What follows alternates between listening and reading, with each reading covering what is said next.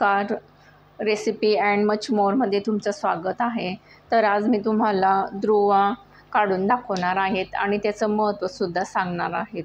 तर शेतामधून मी हिरव्यागार अशा ध्रुवा आणल्या आहेत आणि अशा पद्धतीने 3 पानाच्या काढून घेणार आहे. तर त्याचबरोबर हे ध्रुवाचे महत्त्व सांगणार आहेत. तर आपण गणपती बाप्पाच्या पूजेत ध्रुवा अर्पण केल्याशिवाय पूजा अपूर्ण मानली जाते. पण तुम्हाला माहिती आहे का, साधीशी दिसणारी ध्रुवा बाप्पाला एवढी प्रिय का आहेत?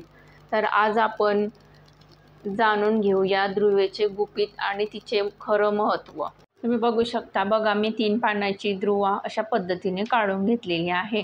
तर ध्रुवा ही गणपतीला प्रिय आहे, त्यामागची मी तुम्हाला कथा सांगत आहे आज. तर एकदा अनासूर नावाचा असुर देव, दानव, ऋषीमुनी व लोकांना खूप त्रास देऊ लागला. त्यांच्या तोंडातून अग्नी निघाला आणि तो जिथे जाई तिथे लोक भाजून जात.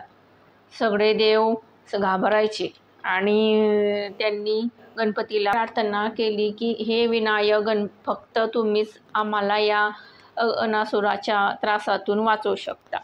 गणपतीने आव्हान स्वीकारले आणि त्यांनी अनासुराशी लढाई केली. तो असुर प्रचंड होता, म्हणून शेवटी गणपतींनी त्याला गिळून टाकले. पण त्यांच्या तोंडातून निघणाऱ्या अग्नीमुळे गणपतीच्या पोटात खूप जळजळ होऊ लागले. देवांनी थंड पाणी दिले, उपयोग झाला नाही. त्यानंतर चंद्र, शंकर, विष्णू सगळ्यांनी उपाय, पण काही फरक पडला नाही. तर तेव्हा एका ऋषींनी सांगितले, गणपतीला ध्रुवा अर्पण करा. ती थंड, पवित्र आणि शीतल करणारी आहे. तिच्या स्पर्शाने जळजळ ही कमी होईल. देवतांनी लगेच शेकडो ध्रुवा घेऊन गणपतींना अर्पण केली. त्याचबरोबर गणपतीची पोटातील जळजळ शांत झाली. गणपतीही प्रसन्न झाले. तेव्हा गणपतींनी वचन दिले, जो भक्त मला श्रद्धेने ध्रुवा अर्पण करील त्यांच्या सर्व मनोकामना पूर्ण होतील. मला ध्रुवा अत्यंत प्रिय आहे, म्हणून आजही गणपतीच्या पूजेत ध्रुवेचे विशेष महत्त्व आहे. तर मी अशा पद्धतीने पूर्ण ध्रुवा काढून घेतलेल्या आहेत आणि जुड्यासुद्धा मी बांधून घेतलेल्या आहेत. 21-21 अशा पद्धतीच्या मी 3 जुड्या तयार केलेल्या आहेत आणि यासुद्धा मी 21-21 अशा पद्धतीच्या जुड्या बांधून घेणार आहेत. आणि गणपतीला अर्पण करताना जुड्या ह्या सुट्ट्या करून ठेवायच्या. तर गणपती पूजेत ध्रुवा अर्पण करण्याची परंपरा आहे. मान्यता आहे की गणेशला ध्रुवा अर्पण केल्याने तो लवकर प्रसन्न होतो.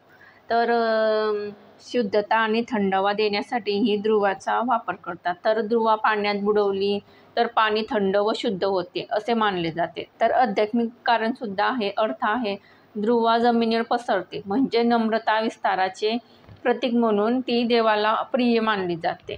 तर अशा पद्धतीने मी तुम्हाला कथा आणि त्याचे महत्त्व सांगितलेले आहे. तर मी ह्या पूर्ण जुड्या बांधून घेणार आहे.